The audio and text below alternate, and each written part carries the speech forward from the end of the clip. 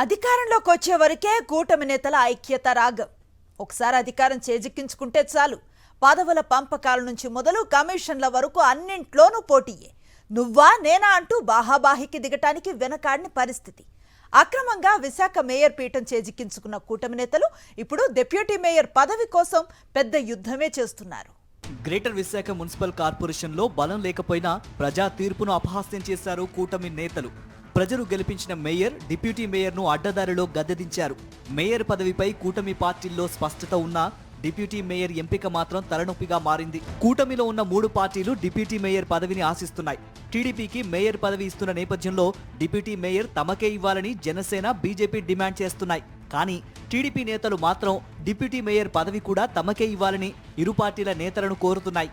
దానికి బదులుగా జనసేనకు ఒక ఎమ్మెల్సీ, బీజేపీకి ఒక నామినేటెడ్ పోస్ట్ ఇస్తామంటూ ఆఫర్ ఇస్తున్నారు. డిప్యూటీ మేయర్ పదవి తమకే ఇవ్వాలని పట్టుబడుతున్న జనసేనలో అప్పుడే వివాదం మొదలైంది. 3 వర్గాలుగా చీలిపోయిన జనసేన కార్పొరేటర్లు ఎవరికి వారే తమ ప్రయత్నాలు సాగిస్తున్నారు. జనసేన నుంచి గెలిచిన వారు, పార్టీ ఫిరాయించి వచ్చిన వారు, స్వతంత్ర అభ్యర్థులు తమకే డిప్యూటీ మేయర్ పదవి వస్తుందన్న ధీమాలో ఉన్నారు. తమకే పదవి కట్టబెట్టాలంటూ పార్టీ పెద్దల చుట్టూ ప్రదక్షిణలు చేస్తూ పవన్ కళ్యాణ్ కు సిఫారసు చేయిస్తున్నారు. ఇక బీజేపీకి ఉన్న ఏకైక కార్పొరేటర్ డిప్యూటీ మేయర్ తనదేనంటూ ఇప్పటికే ప్రచారం మొదలుపెట్టారు.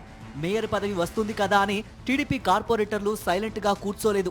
డిప్యూటీ మేయర్ పదవిని దక్కించుకునేందుకు చాప కింద నీరులా ప్రయత్నాలు చేస్తున్నారు. వైఎస్ఆర్సీపీ డిప్యూటీ మేయర్ పదవిని కాపు సామాజిక వర్గానికి ఇచ్చింది కాబట్టి టీడీపీలో కాపులకే ఆ పదవి ఇవ్వాలని కొంతమంది కార్పొరేటర్లు కోరుతున్నారు.